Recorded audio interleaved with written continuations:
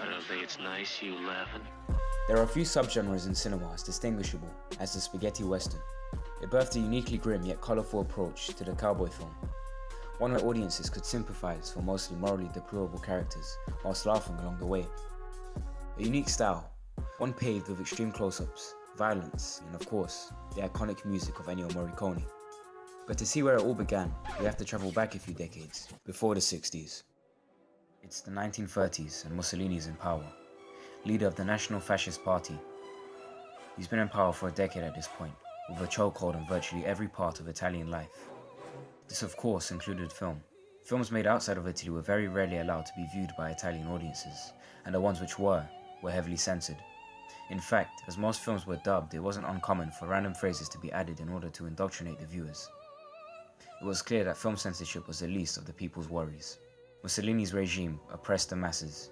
The secret police, or OVRA, was established to rectify any undesirable behavior.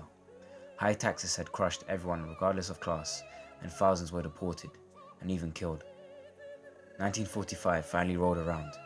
World War II had ended and there was one thing left for the Italians to do: kill Mussolini. He was stopped at the Swiss border and shot twice. His body was then beaten and urinated upon, and finally left to hang upside down for public display. But the misery felt by Italians would not end until the late 50s. The desperation and contempt felt by most people was put to good use for Italian art. Romanticization left in favour for more bleak and sorrowful narratives, seen mostly in the neorealism movement. What future directors would go on to notice from the neorealists was the importance of realism, to stick to low budgets and deliver gritty narratives. Also, with the end of Mussolini's regime, filmmakers like Leone, Corbucci and Valeri could finally tell the stories they wanted to tell, without fear of censorship or execution. Director Sergio Leone had a fascination with John Ford's westerns.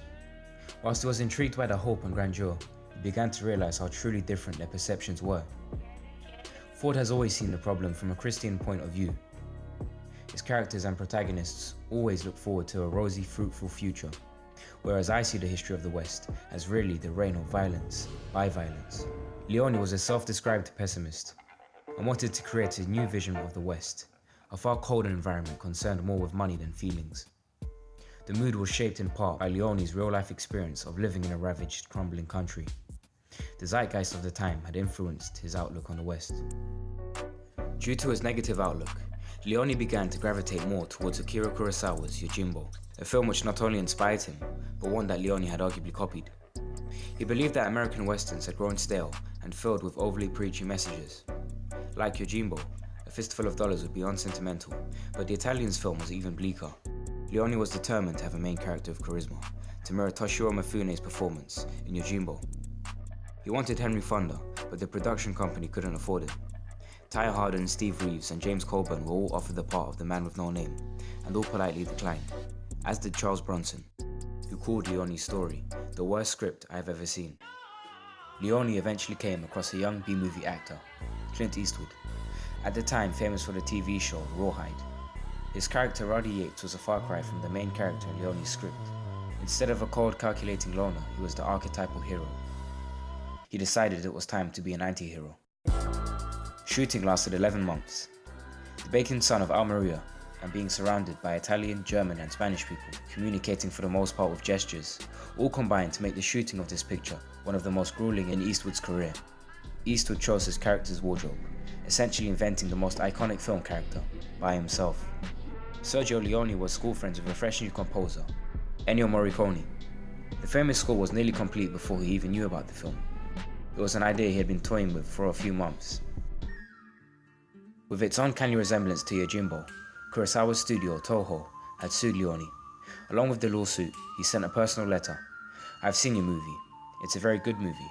Unfortunately, it's my movie." By then, A Fistful of Dollars was the highest grossing Italian film of the time, and had popularized the spaghetti western approach to filmmaking. The film's success caused a domino effect. Italian studios were desperate to make profits, clinging religiously to Leone's film, trying to replicate it as closely as possible. Leone exploded onto the scene yet again with the release of For a Few Dollars More. From this film, hundreds were spawned. Other filmmakers like Sergio Corbucci eventually released their own Western operas. His was called Django, a cult classic which portrayed an even more violent West, further pushing the envelope. Over 600 films were made during the 60s between Spanish and Italian filmmakers. By the time The Good, the Bad and the Ugly and Once Upon a Time in the West was released, there was no longer any doubt of the subgenre holding artistic weight. Whilst critics remained scornful, aspiring filmmakers quickly fell in love. Whilst the genre had an undeniably rough time with critics, it's no doubt that the wheel has come full circle. Leone's films, specifically, are placed on a high pedestal internationally. From Bernardo Bertolucci in Europe, to the likes of John Carpenter and Quentin Tarantino in the US. Its influence runs so deep that remnants of Leone's films can be found in entirely different genres. Beyond the violence, the Italian director shared a sense of radicalism, of anarchy, of a moribund fantasy world being turned on its head to reveal terrible truths, social and political. The archetypal character Eastwood played became the model for not just his vehicles, but those of Stallone, Schwarzenegger, Bruce Willis, and countless more. The spaghetti western may have burned out 40 years ago, but you can still see its children in multiplexes around the world. Among the most inspired filmmakers were auteurs like Stanley Kubrick, who would frequently call Leone to praise and ask questions. John Borman, who called Once Upon a Time in the West both the greatest and the last western, and Scorsese, who would watch it once per week. These were more than just violent movies. They were hypnotic experiences which captivated a generation of some of the greatest filmmakers of all time. The one artist that I think is the most influential to me as in my work has got to be Sergio Leone. Didn't hear what the bet was. Your life. Forever changing cinema, as we know it. Sono appassionato perché è stato un momento d'oro per il cinema italiano.